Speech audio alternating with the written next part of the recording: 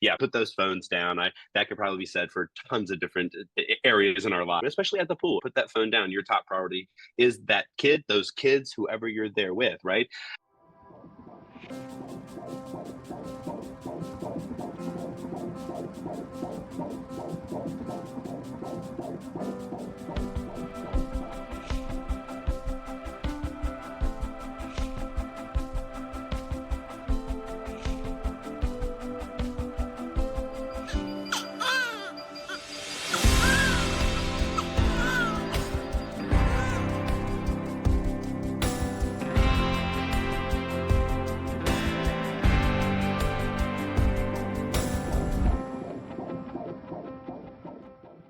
Hey, y'all, and welcome back to another episode of the Birth Lounge podcast.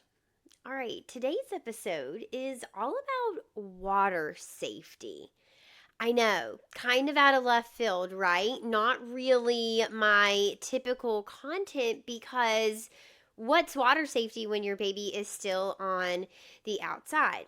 One thing that you may not know about me is that I actually was a lifeguard for about 10 years of my life. I come from a long line of lifeguards, and my grandfather was a water safety instructor, and he ran different pools at universities.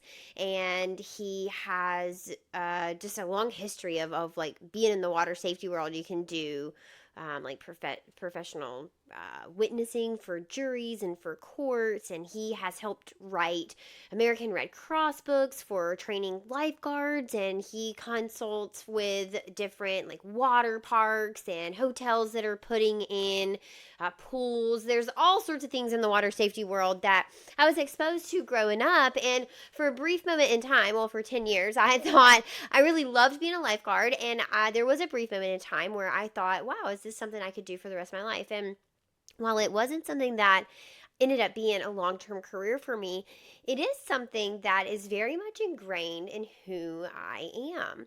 When I was growing up, there was a family who lost a child, and the story was always told to me as a little girl as the mom was washing the car, and there was a bucket of water that she was using to wash the car, but it didn't have that much water in it, and the little boy fell over headfirst into the bucket and drowned.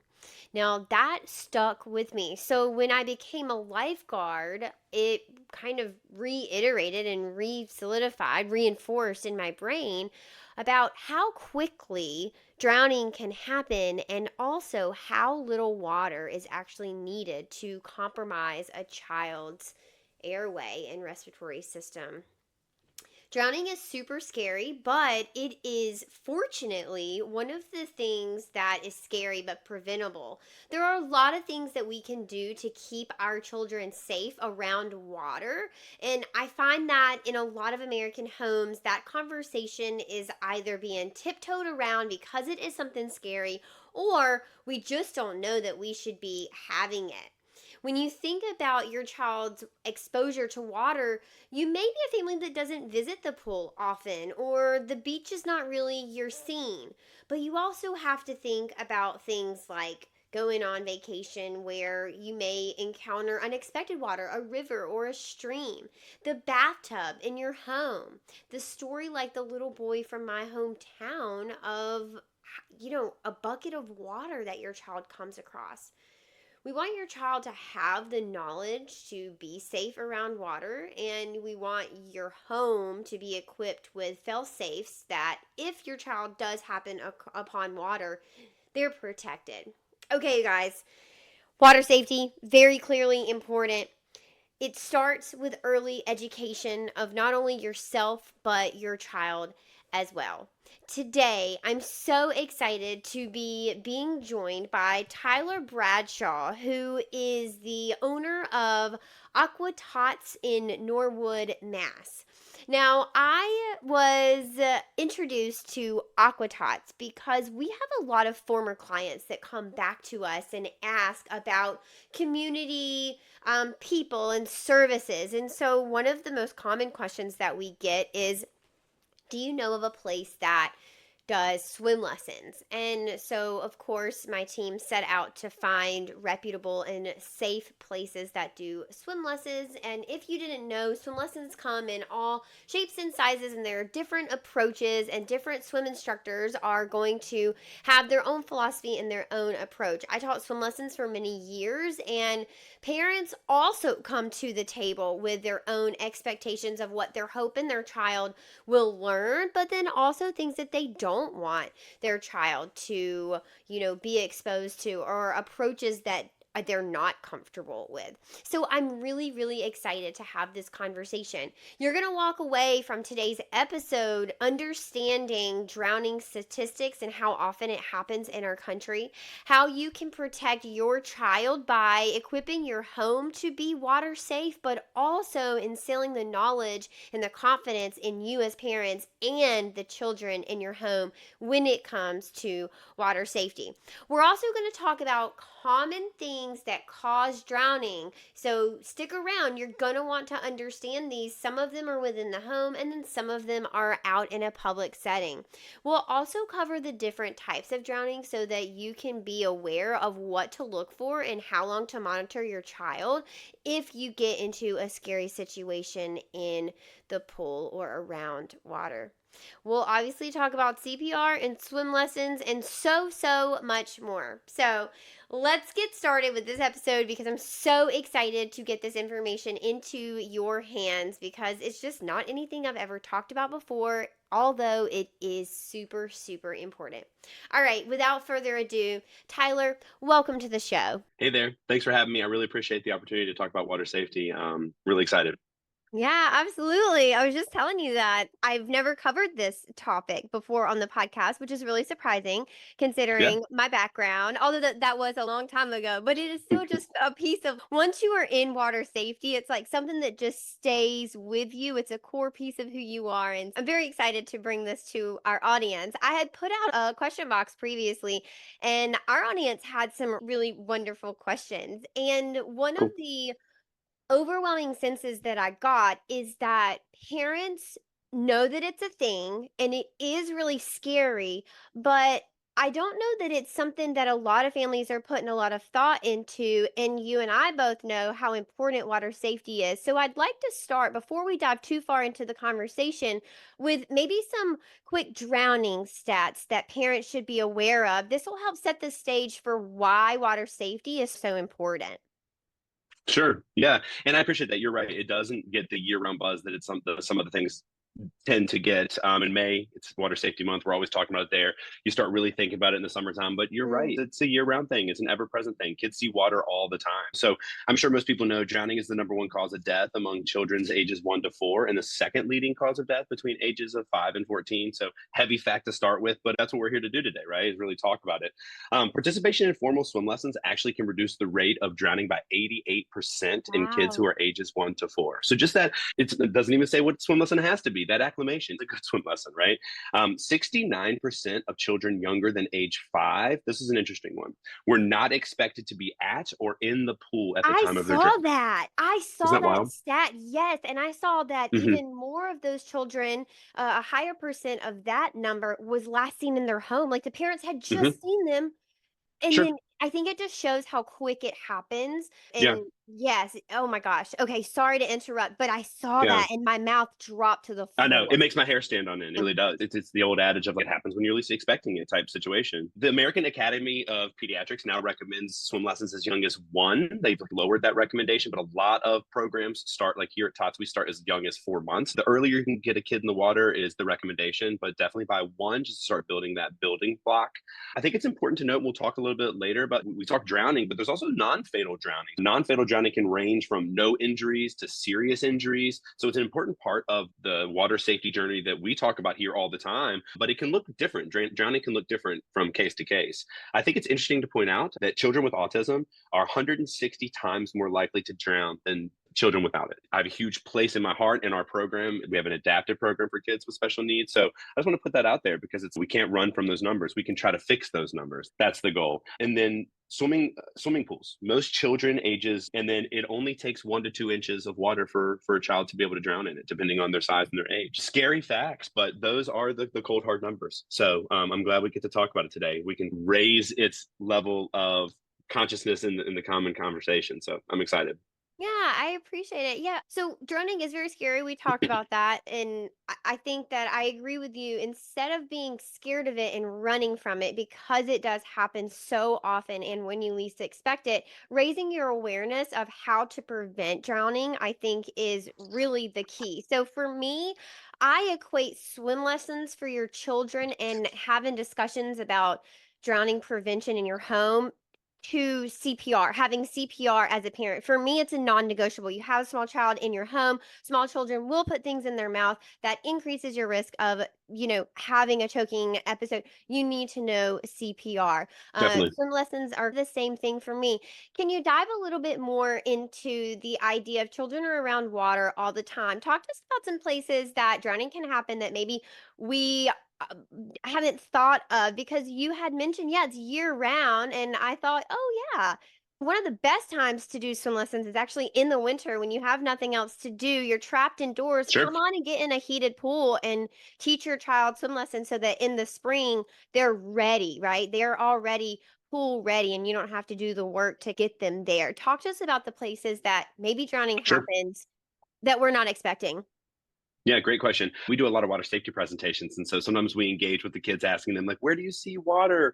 And we'll get a lot of common answers. Massachusetts being a beach bound state, the most common answer we get is at the beach. We see water at the beach for sure. We see water at the lake. We see water in a pond, in a stream, or in a river. But I'll tell you what's interesting. The most important one that honestly, 9 times out of 10, kids don't say, and we always have to reiterate to them, is the bathtub. I'm like, there's a place that you guys might see maybe a couple times a week. You get clean in there. There might be a lot of water. There might be a little bit of water. Do you know where that might be?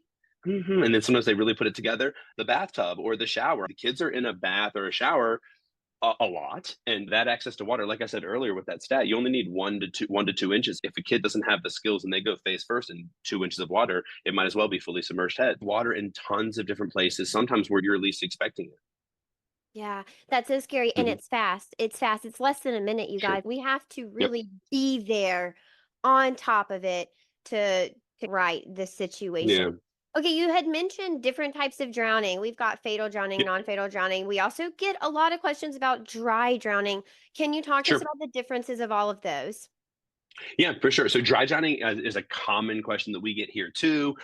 What does it look like? How does it present? What should the follow up be? We get a lot of questions. There's a lot of information out there. Sometimes it can be good and bad information overload. But dry drowning is one of those situations where a kid has a type of drowning incident. Right? They're wearing water wings and they slip out. They're running on the side of the pool and they fall in. They're on a float with their cousin and they get tipped over. Right? So it's an incident where they are potentially underwater. Doesn't matter how it happened, but they are underwater and there's either a save or they grab a wall or there is some type of interjection where maybe someone has to grab them, right? So usually good or bad. The good about dry drowning is that it happens pretty quickly. You would start to see the signs within minutes to an hour. It's an inflammation of the lungs. It's a bit of a rattling cough. It presents pretty quickly, but that doesn't mean that it will always present quickly. So I think the big portion of the dry drowning piece is just to remain vigilant, stay abreast of what's going on with your child or whoever you're tending to in that situation. Listen for their breathing, make sure they're not getting those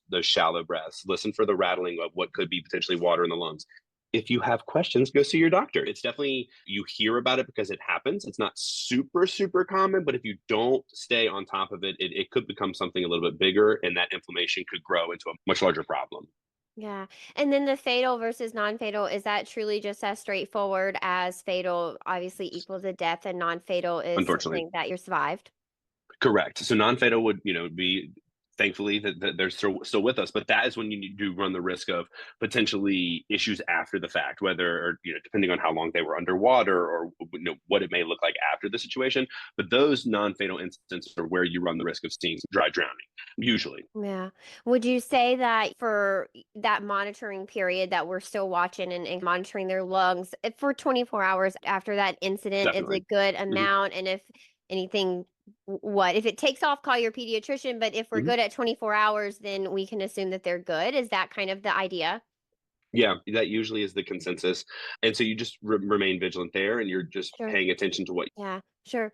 Scary stuff. Okay, Yeah, as a lifeguard, when I was a lifeguard, one of the I think I don't know what I wanna call it. It's almost sneaky, it's subtle, and it's unintentional. You don't realize that you're doing it, totally. but it's distractions for you as the parent, as the caregiver. Nannies do it, grandparents do it, babysitters do it. Distractions like your phone, you gotta get Sure. off your phone at the pool, you guys. Like, again, it only takes a couple seconds. So if you're at a place that doesn't have lifeguards on duty, you are the Mhm. lifeguard. Stay off your phone. For me, I always watch parents be distracted by other parents, and it's Mhm. awkward, right? Because you want to be engaged in conversation. You want to be able to say hi to your neighbor that you also bumped into at the pool. But again, you're on guard. You need to be watching your kids. So, can we talk a little bit about distractions and what parents can do to still maybe be friendly, but also keep their eye on their children at the pool? Because that's a really hard thing to Yeah. balance. Yeah, there's the fun of the pool. You usually go with company. You like Mhm. to hang with people there, right? It's summertime, and I totally get it. And you're right. We live in a day and age of so many distractions. So many distractions. The biggest one is obviously the phone. Yeah, put those phones down. I That could probably be said for tons of different areas in our life, especially at the pool. Put that phone down. Your top priority is that kid, those kids, whoever you're there with, right? Another thing we talk about often for distractions to try to minimize that is designate a water watcher, Mm, right? If you are there with multiple families, put yourself on a rotation, right? Because the second part of your question was, how do you handle those conversations if it is with an adult? Sometimes those conversations are negated by just designating a water watcher, because then that person doesn't have to feel bad or feel bad telling someone they need to end the conversation. And sometimes those conversations don't even come up because the other adults know that Tyler is the water watcher this 20 minutes. Now, fairness, that water watcher should be a little bit of a rotation, maybe every 20 minutes. There should be clear communication about that. Sometimes we'll even give people wristbands if they want to be the water watcher. You could have fun with it, right? The person holding the ducky is the water watcher, but that water watcher comes with some heavy responsibilities, right? It's you really are watching. You're in the same way that a lifeguard scans their zone. You're scanning, right? I'm not saying you got to watch every kid, but if you're there with four, make sure you count four bobbing heads every time you're staring in your zone. The water watcher is that really big piece. With our lifeguards, we talk about distractions often because they come in sometimes big and small sizes, right? So say you're the water watcher and you're laying on your lounger. You have two kids, right? You got Johnny swimming here and Samantha's in the water. Samantha gets out because she needs to tell you something. She's standing directly in front of you. You can no longer see Johnny. Totally unintentional, right? It's just a conversation. Your daughter wants a sandwich and she wanted to get out, whatever it may be. So for our lifeguards, we try to always talk about if you need to have a conversation, it's a shoulder to shoulder. It's never someone in front of you, someone in your line of sight from the pool. So try to manage distractions that are easily presentable. But then there's also ones that you might not see coming. The sun, and I forgot my sunglasses. You guys might need to move to a different table, right? Or a loud group just sat down in front of you and you don't think you're going to be able to hear a cry out from your kid because they're a little bit younger. You might need to reposition yourself. So I know that's a little bit inconvenient, but thinking about the alternative, having to move a couple seats really isn't that bad. So the distractions are just so hard. We live in a day and age of tons of distractions. So the water watcher piece, the phones, and just anything that could step in your line of sight that might get in your way, for sure. Those are the big distractions that definitely pop into my head. yeah.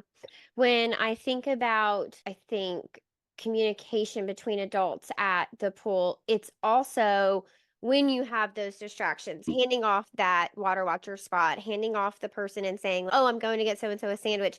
You're on pool duty," or you Right. have these three children and name them by name. It's also who's actually watching the children, whether you are distracted or not. Are you Yeah. watching or am I watching? And I think that's often lost in translation too. If you please don't, but if you were to look up drowning stories, a lot of times the communication is really something that was missed between Yeah. adults and nobody was watching the baby or Hmm. the child. And that's how the drowning ultimately happened. So, in order to prevent that, just make sure that you are checking in with everyone. Never assume that it's not you and never assume that someone else is watching the kids around the water, which is super important. For Okay, sure. you had mentioned water wings and like swim arm floaties, and I am super duper anti water wings. Matter of fact, one time about, gosh, I don't know, 8 or 9 years ago, maybe even longer than that. My family was at Disney World. We were on vacation. I was not an active lifeguard at this point, and I was walking by the pool, and there was a little child that was hanging by her water wings, and I made a save at Disney World when I was there on Wow. vacation. Wow. Another time I was in the Bahamas with my family, and in the lazy river, there was a child trapped under the floaty, and the lifeguards were not seeing them. I made a save then as well. You never know when these things are going to strike, but there are things that increase the risk of drowning. Water wings being one of those things. I absolutely despise them and I think that they're terrible. I do believe that parents that put them on their child have every good intention, Sure. but they are actually very dangerous. Talk to us about your philosophy and your opinion on water wings and other kind of maybe devices that parents might Sure. explore as an option. Sure. We are in the same headspace for sure. So I am very anti-flotation device. I Them? don't all of them. We Really? have yeah, we our adage is that the safest swimmer is a swimmer in the parent with in the water with the parent. In the water with the parent. Now, I know that there's different outliers to that situation. Okay, I'm going with 3 kids, and I sure, and I'm not saying that all water wings are bad. I'm just saying that if you have an option of no water wings and in with the Hmm. parent, that's always going to be your safest option. Always going to be your safest option. The water wings, the old school ones that are just on the arms, those I'm sure everyone has seen. Those are really susceptible to being able to slide right off. If a kid jumps up, old school pencil jump in, they're coming right off.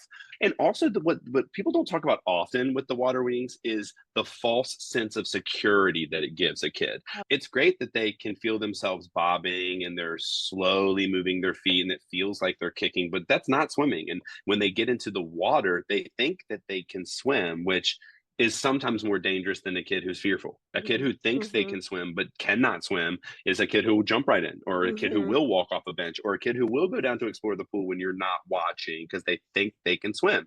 And so that's why they can be really dangerous on the back end. Not that they will hurt you or anything like that, but it's that false sense of security. Some of them are better than others. Obviously, our recommendation is Coast Guard approved, but there's tons of different ones out there on the market. The ones that keep kids completely vertical can be tough because then when it's time to get them swimming, we're trying to get them horizontal and they are used to having their legs a little bit lower. But ultimately, our thought process on water wings and flotation devices is that we only use any type of flotation device here that's an aid, like a kickboard or a noodle that we put like a 8-month-old in for a kicking device just to hold them up.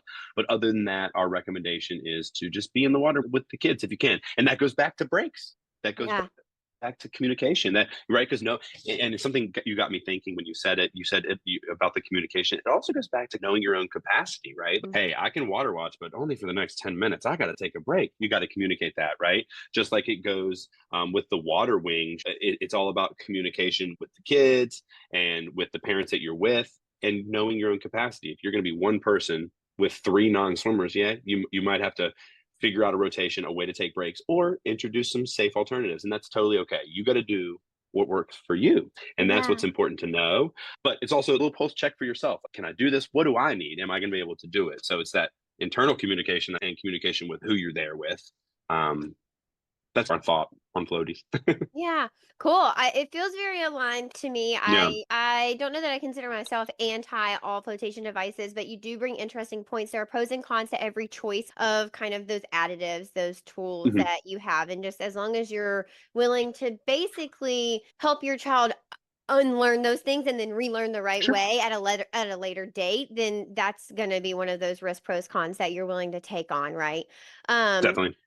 yeah, okay, interesting thoughts there. We keep mentioning it, and I would be remiss if I didn't ask. What are your tips to someone who is going to the pool with three non-swimmers or two just wild and out toddlers? Maybe they're twins. What do we do, and what are your tips for parents of multiples, especially parents that are going to the pool just one parent on multiple children? For sure. One, no, like I said, know your capacity, right? Know what's your own personal bandwidth, right? Are we Hmm. staying for an hour? Are we staying for 2 hours? If you're familiar with your pool, you can sometimes use your pool's policies and procedures to help you out. What I mean by that is, so like we live in an apartment. My apartment takes an adult swim every 10 till the top of the hour. That's a great way to get a kid out of the pool. Hey, when the whistle blows this next hour, we're going home. That's the rules. We're packing up, right? So the clear communication to your kids is also very important. And I would say, if you're going to be bringing a handful to the pool, let the staff know. Tell the lifeguard, like, hey, I am going to be in solo. We're going to hang right here in this shallow area. But if you need to, not reprimand my kid, but if you can help me, if Johnny's running and you need to tell him to stop, please, I can use all the help that I can get. So those people are resources there for you. You might feel like you're alone, but there's a lot of people out there for you. You're not alone. You know what I mean? So letting them know, and then also staying in a safe place, right? Mm. If you have three non-swimmers, let's say you have three non-swimmers, but one is independent. For today, that one independent swimmer might have to hang back in the area where the place with the younger swimmers are going to be hanging, right? And it's all you can do in that moment. There might be a day where you can take a more advanced swimmer, or the kids are down for a nap and they're strolling, you can get back in or something like that. But it's all about knowing where you're going to be, really planning that out. Breaks so important. They're your best friend. Hey, we need to take a break, whether it be to rescreen, whether it be to get out and drink some water, to go try and use the bathroom. Integrate breaks. If your kids can make it for all the way until adult swim, if that's every hour, you could definitely use that to your advantage. But if not, take your own breaks. You could just, but really laying that out there. And then knowing where you are in the pool, knowing where you are as far as depth goes, as far as where you are to a lifeguard, where you are to your stuff, your resources, whatever you brought with you. If they're going to be in floaties or puddle jumpers, or if they're going to be in a float, close to a wall, close to your stuff, so you're not too far away from it should they need to get out. Those would be the big things for me, is like really just, I think, planning, which most parents probably do, really planning it out and being strategic. If you don't know the pool you're going to, I would take some time to acclimate before you go. Really use that time where you might be screening the kid down to really take a look around. Where are the guards? Where are they sitting? How many are there? Ooh, that if that area feels a little bit less guarded to you, hang in an area where there is a guard. But staying close to the steps will always be your best friend. Yeah. All right. Cool. I want to circle back to one question that dropped into my head about the water watchers when parents are scanning the pool. So as a lifeguard, I was taught to scan every 10 seconds. Parents, should they be following the same rule? Every 10 seconds you're counting heads. Every 10 seconds you're making sure you say your entire roster of children that you are in control of. Yeah, that's a great point. Lifeguards are taught to scan, do a head count. There's tons of different type of lifeguarding strategies, but lifeguarding is mainly for scanning for a whole zone. So it's for sometimes parents who are water watching, they might be overwhelmed feeling like they're looking at the whole zone. So you really can focus on the kids. It's probably a parent's just natural superpower to scan also everybody. That's just how I think we are once we've had children. But really the head count or counting, saying the names of the people that you're there with, but constant scanning, exactly. That holds true for anybody. Whether you want to count, you're scanning the zone, or you're counting the kids that you're there with, the sentiment remains the same. Absolutely scanning across 10, always counting the heads. See, you haven't forgotten. Yeah, He I haven't forgotten. Like I say, it's always in me. Anytime that my family's around water now, I Yeah, still find myself scanning and I try and turn it off, but it's just one it's of those impossible. things that you don't. I Yeah. know. I Yeah. tell my wife all the time, it's hard for me to go to a pool for like relaxation and fun now, because it's always been my business life. So it's weird. I've been a lifeguard forever. I've taught lessons forever. So it's hard to go and just relax without giving it a critical analysis. It is. I always say that lifeguarding was my favorite job. I didn't Mhm. know about what you do when I was picking jobs, but if I did, I very well might have had a different career path because I do say that it was always my favorite jobs. I get it. Okay, I'd like to transition to people with Okay. pools at their home because a lot of people either buy homes with pools or they want a pool. And I think that a lot of the drowning prevention comes with understanding the rules and the responsibility of having a pool in your home and maybe in your little community. So, can we talk about a couple of things that parents need to know about pool safety, whether it be in your backyard or it's just in your like neighborhood? What should parents be aware of as far as pool safety and owning a pool? Cool. Yeah, I will give you some points, and then I'll skip to a curriculum piece here that I think is an important emphasis Yes. Hopefully it'll all make sense and I can round it out here on the podcast. So in water safety, we call them the ABCs here at Aqua Tots. A, adults; B, barriers; C, classes. So basically what we're talking about is the B here, barriers. So most states and legislation has forced you to put a fence around the pool. That's if you have not, if you live in a state that has not gotten there, do it. Put the fence around the pool. There's tons of options. There are tons of options. From a just basic standpoint, make sure that fence is locked, make sure it's not scalable, make sure that the kid can't climb it. If it's one of the netting ones, make sure they literally can't run through it. Make sure that when they're in their big Tykes car, they're not going to plow right through the side of that fence. It has to be a little bit more durable. Kids will find a way. You know what I mean? Mm-hmm. So for the barriers piece, just having something on the outside. Another barrier that has gotten really common, they've been around for a long time. There's tons of different types of like wave detection software. You can get alarm systems that kind of are sitting on a pool. And if it detects that there has been a wave, now the good and bad there, it's a frog jumping in, make it go off. I don't know. But there's tons of different software that go along with it. Technology, it's 2024. Technology's gotten crazy, just the digital everything. But there's a lot of like sound wave sensing technology out there that's another barrier for you. Obviously, barrier from a chemical standpoint, make sure your skimmer baskets are covered, make sure they're not cracked, make sure that's a huge tripping hazard. A lot of them screw in. I know here in Massachusetts they need to be screwed back in, so if you pop that screw up, they're just stubbing their toe. So it seems so simple, but they stub their toe, they go to reach their toe, they fall in the pool. Boom, it happens. So that's another barrier piece for you. The part that I wanted to circle back on is here we often equate water to a highway here at Aqua Mm-hmm. Tots. And in the same way that you wouldn't let a kid throw toys onto a highway, we're not going to let them throw toys into a pool. We actually really encourage parents to, if they're going to throw toys like in a bathtub, to help them clean them up and explain that we don't throw it into the bathtub if we're not in the bathtub, because then we're going to want to go get those toys. It's going to get you excited. You're going to go get it. So we don't throw toys back in, and we wouldn't sit and play on the side of a highway unattended, so we're not going to let a kid sit. My son is 3.5 and he's decently independent, and he'll say, I just want to go stick my feet in until you're ready, right? Because I'll change him first. And I said, not until I'm down there. Not even sitting on the side, not even dipping our feet in. The temptation is too strong, because Mm-hmm. dipping my feet turns to, I'm going to lean forward and just play a little bit, and whoop, Humpty Dumpty right off that wall. And just like we wouldn't let a kid play by a highway unattended, we're not going to let them play by a pool unattended. So that barrier, that fence is going to enable you to check off that third step. But those first two, that's on a parent, right? Like that they have to know that there is that invisible barrier. We don't want to throw toys in there, because then we're tempted to go get those toys. And we don't want to sit there and kick and splash. It's just, oh, but mommy, it's just kicking and splashing. That could easily turn into just a little bit of eagerness, which Humpty dumps us right into the pool. The big piece is those barriers and some like the little things around the pool and the fence around the pool. We also want to make sure that the gate is always locked, and that, I think I may have already said this, but it's not like a fence that's scalable, like a kid can't climb right over it or something like that. A lot of those new ones, that's some recent recommendations that I've seen floating around in swim school world, because there's some nice new fences out that are collapsible and you can take them down in the winter, and aesthetics is important. But I saw a video on YouTube of a kid literally taking a little Tykes to the cars and just plowing right through the side of it. And I thought, never thought about that. Mm. I thought about the kid climbing it, but never like just plowing right into the side of it. But a kid thought of it. A kid thought Yeah. of it. So yeah, it's so Yeah. important.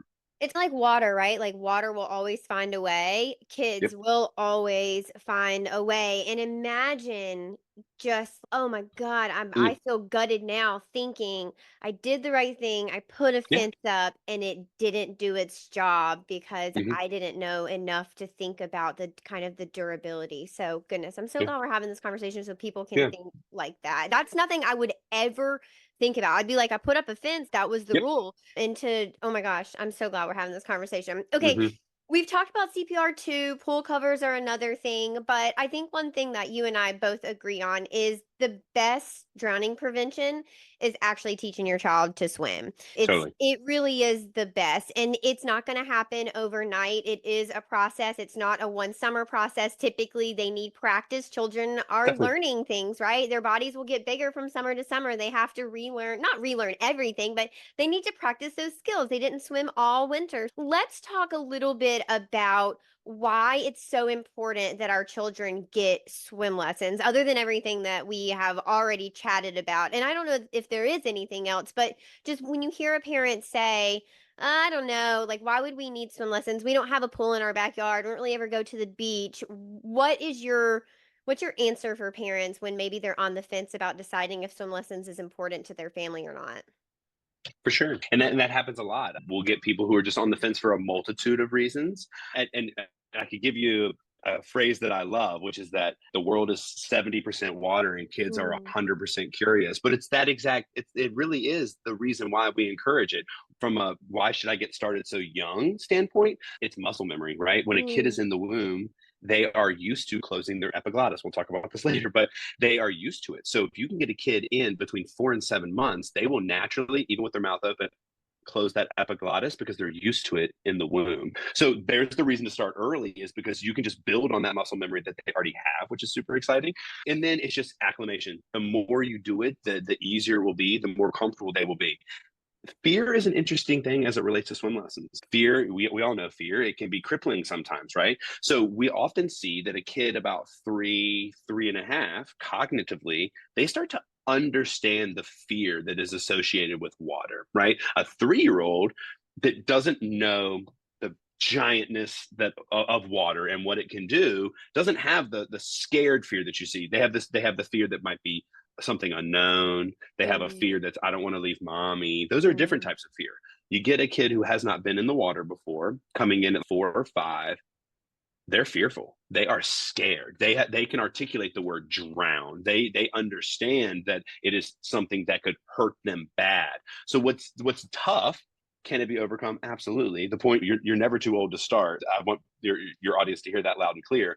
So it started at any age, but you just got to look at fear differently, because a 4 or 5-year-old, they can understand what that water can do. And you got to break that down first. You got to really build trust and help them understand that they can overcome the fear. Then the cool thing is they're so strong that once you overcome that, it clicks quickly.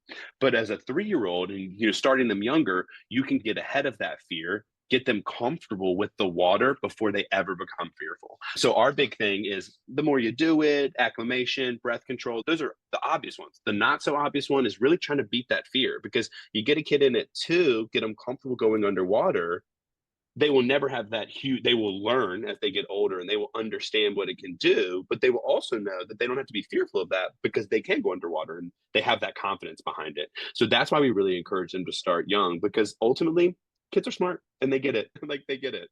yeah. One of my Yeah. favorite parts of being a lifeguard was doing swim lessons, and I typically got kids in there between 15 months and 3 years old, and they were just so much fun, and they Hmm. like the water. Most of Yeah. them really Mhm. like the water.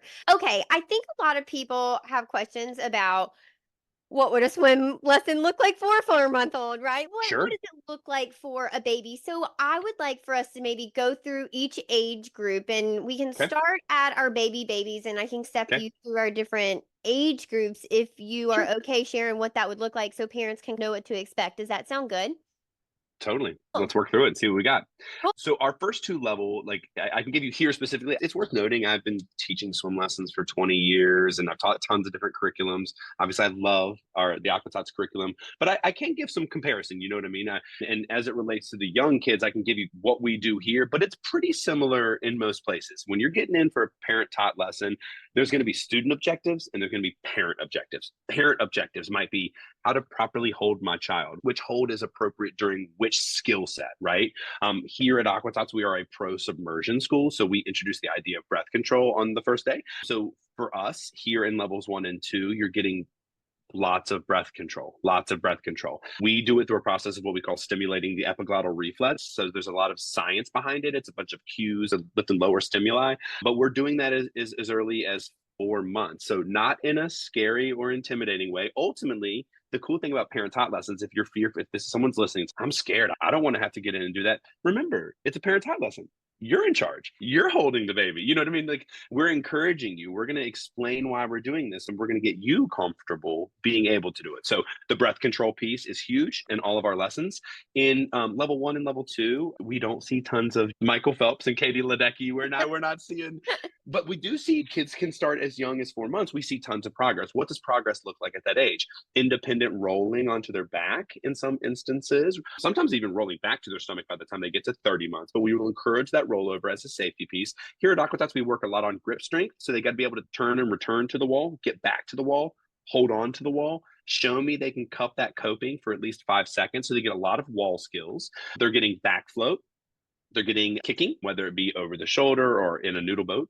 They're getting rollover again towards the end. And they're getting some lift and lowers with pass and release back and forth to mom and or dad or guardian, and then back to the instructor to one, get them comfortable with someone who's not mom, dad, or guardian.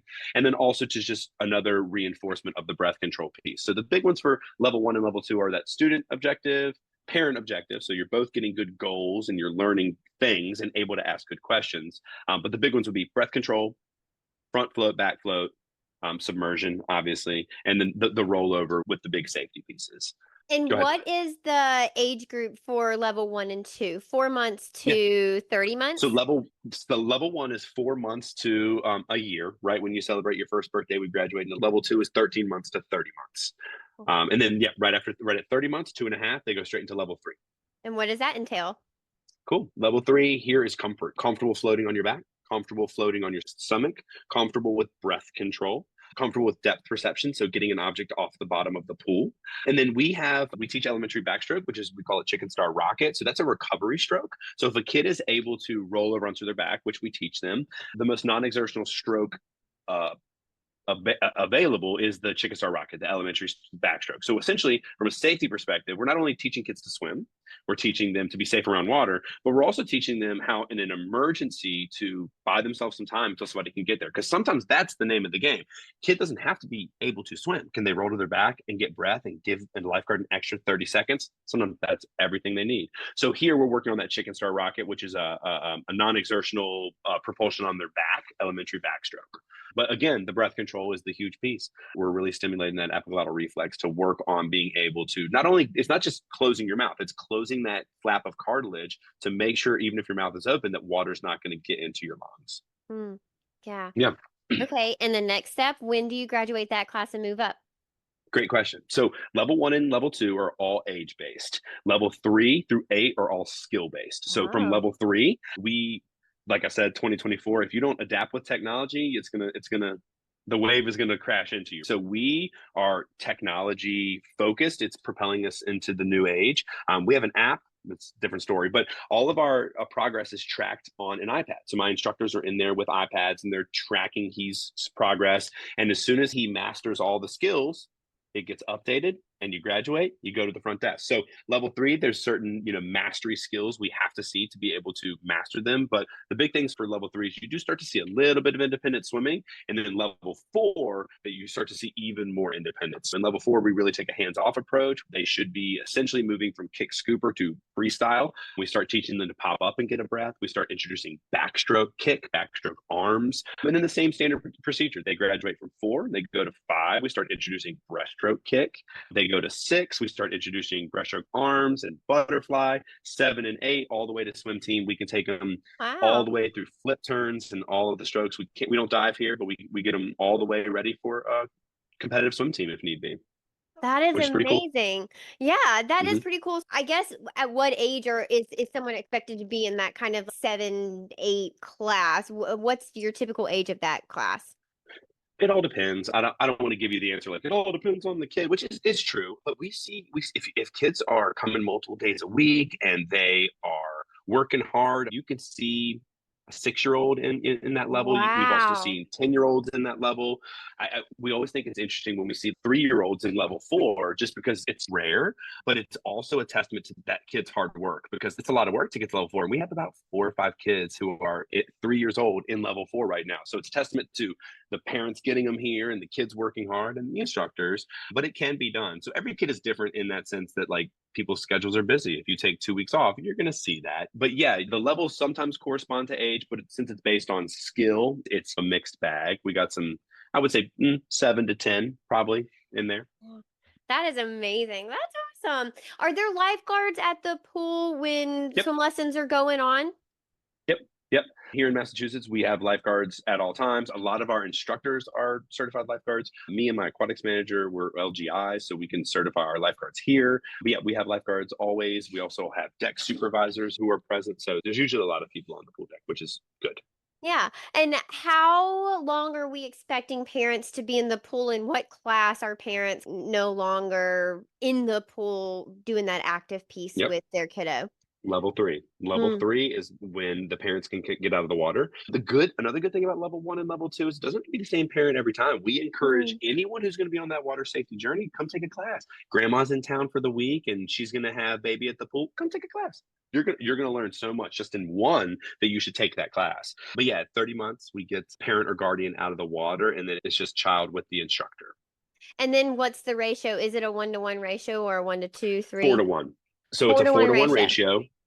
So our classes are never more than four. We have a really flexible makeup policy. Going back to that app, a parent can cancel their own class for the day. Oh, we're not going to make it. We got a doctor's appointment. You can cancel up to an hour before it starts, and then you automatically get a makeup. And then you can schedule your own makeup. So the makeups never go away. So because of that flexibility, one, it's great. And two, it makes it so that sometimes there are less than four kids in the class and the Mm. class still runs. So there are times where there's only two kids in the class. They still get that 30-minute lesson. They just get a little bit more individualized attention that day, which is That's pretty cool. awesome. Yeah, Yeah. that's amazing. That's amazing. Yeah.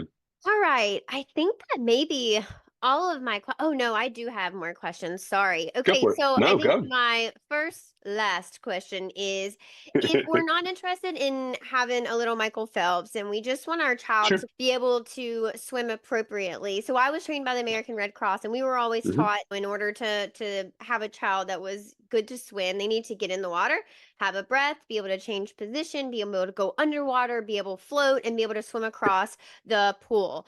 Are those still the skills that parents want to make sure that their child is hitting in order to be considered a swimmer? Or what kind of things are we looking for, I guess, is what I'm asking. Great question. We often get people saying, like, when is my kid going to be independent? What do you consider Totally. independent swimmer? So our recommendation here is we recommend for you to be safe and independent to get through level six. But like I Okay. said, you do start to see some true independence at level four. And so what leads up to level four? So I think your question is, what are the things you do to get that kid independent to level four? So you highlighted almost all of them. I'm going to just with a pitchfork, breath control, right? Because Yes. the reason for that is if a kid won't put their face in, they're never going to be able to get horizontal in the water, right? Their head is up, their high knee is down. It's just that simple. They're going to be swimming uphill forever. It's not effective. So breath control being the big one, but just like you highlighted, similar to Red Cross, YMCA, a bunch of different places, and you want to be comfortable with that front float, which involves putting our face in. Want to be Mm. comfortable with that back float, which includes getting our chin way up. You don't want kids sitting in a chair, and that's because their chin's on their chest. So front float, back float, submersions, and that rollover. A big piece, if you can find an Aqua Tots, you'll have it built into the curriculum. But if not, also try to find a place that does some wall work, right? Because most often when a kid falls in, they're right by the wall. But what happens is that wave pushes them one foot out further. Like they fall in, then that wave pushes them further, and they can't reach back and get it. So you need to be at a place that really does focus on a little bit of wall work because it's not as simple as turn around to the wall. You might have to do a little kicking. You might have to do a little bit of propulsion with your feet to get you back up to that wall. So I would add that as another piece that I think is super important. Make sure you're at a place that's really focused on some safety skills too, because like you said, not everyone is training to be Michael Phelps, and that's totally cool. You can teach a kid to swim and also be very safe around water too. Yeah, absolutely. Absolutely. Mhm. Okay, I don't think I asked you this, and it was one of the most common questions that we Okay. got in our box from our audience. When it comes to bathing suit colors, there's a lot of noise online about choosing, quote unquote, the right bathing suit color. And I think there's that chart out there that people are really familiar with that some Yep. colors are harder than others. So when parents are choosing bathing suits or when you're giving your child options on what bathing suit they want, what are some things that we need to be considering in order to be safe and make sure that we actually can scan and pick up on our child? Yeah, and I see this reflected on socials all the time, and I've seen the chart, and I agree with it wholeheartedly, right? One, it's important to know what pool you're going to be going to. Here we have a plaster-based pool, so when you're looking at our pool, it looks very clear, but the bottom is white. So we're going to Mm. avoid here a lot of the light colored swimsuits, the whites, the muted yellows, and things like that. You might be at a pool with a liner. Let's say that pool has a liner, and that liner is very blue, right? You might want to avoid blues in that same hue. But ultimately, color is going to be the most important thing. Sometimes I like to encourage rash guards because it's extra color, right? Mm. What my big parents saying, does my kid have to be in a rash guard? Ultimately, it's comfort for swim lessons. I just want your kid to be comfortable. If you put a lot of lotion on your kid, we might need you to put them in a rash guard because they might slip out of our hands. Kids are the most lotioned humans in the world. But for a safety standpoint, rash guards are always a good call. SPF, obviously, but also because it's just more surface area that is covered in color, right? So a bright color, a bright orange, a very neon yellow yellow, a bright green, but something that it's not going to blend into the bottom of the pool. And it's also important to just remember what suit you're wearing that day. We live in a day and age where kids have a lot of different suits, right? So it's also, I know it sounds so simple, but was my son in the yellow suit today? Was he in the blue suit? And just remembering which one you put him in, that way you know what you're looking for. But those bright colors are huge, and it's site specific. A lot of pools, if you don't know the pool, aim on the side of caution and just give a bright color. We love bright oranges. We love some reds. We love bright yellows and greens, but something that won't fade in or get washed away by the color of the pool or under a wave. But those charts are a good starting place. Those are great resources. I love it when things like that go viral. Absolutely. You can print that out, you guys. You can print it out or take a screenshot on your phone and take it with you when you go shopping. And my advice to you is just don't offer them the colors that you don't want them to have. Just don't offer them the colors that you think are a little bit too risky for your family, and pick colors that they can choose from and then let them choose what they want. Tyler, Yeah, this has been so incredible. I think I've asked cool. you all the questions and we've talked about all the things that are on my mind as a former lifeguard and as someone who aims to educate parents on topics that are not always talked about. Is there anything that you want to leave our audience with that maybe I didn't ask, or yes, we should definitely cover that? And there certainly doesn't have to be, but I always leave room for you to say, yeah, we didn't even talk about this. I have nothing left, honestly. We covered everything I knew we were going to. I thought we got in Nice. some good conversation that wasn't planned, which is awesome. Love that. But no, we've really covered it all. We talked a little bit about who we are at Aqua Tots, which I think is awesome. No, I feel good. Thanks again for the opportunity. I think this is really great that we can get the word out. I think it's important. It needs to be ever present on people's minds.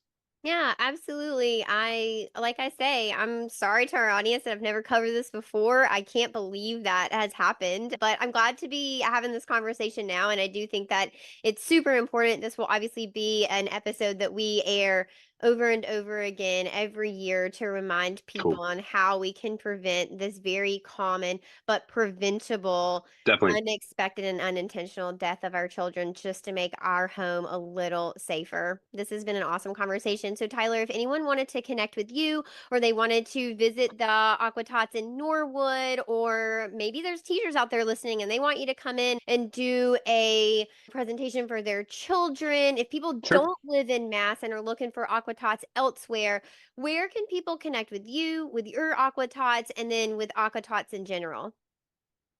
Yeah, we are in Norwood, Massachusetts. We are at 995 Boston Providence Highway, right here on Route 1 in the Auto Mile. We've been here for about 2.5 years. This is the first location for Aqua Tots in the New England area, which is really exciting. Aqua Tots as a brand has been around since 91. So if you're listening somewhere, you could probably find an Aqua Tots near you. Aqua Tots serves more than 150 communities in 14 different countries. So our curriculum's been Wow. translated into 9 different languages. So your best bet is going to be to find an Aqua Tots. There's probably some near you, or hopefully a decent driving distance. So you could contact me personally. I'm happy to respond to email tyler.bradshaw@aqua-tots.com. Reach out. If you're in local and in this area and want us to come do a water safety presentation, we are happy to do it. We love it. It's when I still sneak away to do them sometimes because it just fills my cup. They're so much fun. So as far as on a national level, Aqua Tots can be www.aqua-tots.com. Our location is aqua-tots.com/Norwood. But you should be able to find us online, and I'm an easy guy to find too. So if you can't find me via email, I'm sure you can find me on the website and find a way to get in touch with me. Oh my goodness. Thank you so much for being here. You're We welcome. really appreciate it. All right, you guys, thanks for tuning in with Tyler and I. I will see you in the next episode. Be sure to follow Aqua Tots on social media, and you can find me at Tranquility by HeHe or the.birth.lounge. Until next time, head to your app store and download the Birth Lounge app for evidence-based childbirth education and data-driven postpartum support delivered straight to your phone. Bye. Thank you so much for tuning in today. I love hanging out with you, and it is an honor to be your go-to gal when it comes to preparing for your baby. If you've enjoyed today's episode, please leave a 5-star review and tell others why they should be listening to the Birth Lounge podcast too. You deserve to have a birth that you love with a provider that values your autonomy and respects informed consent without all the trauma that you so commonly hear about on social media. New episodes air every Wednesday and Friday. Hit that follow button so you never miss an episode. I'm HeHe, and this is the Birth Lounge Podcast.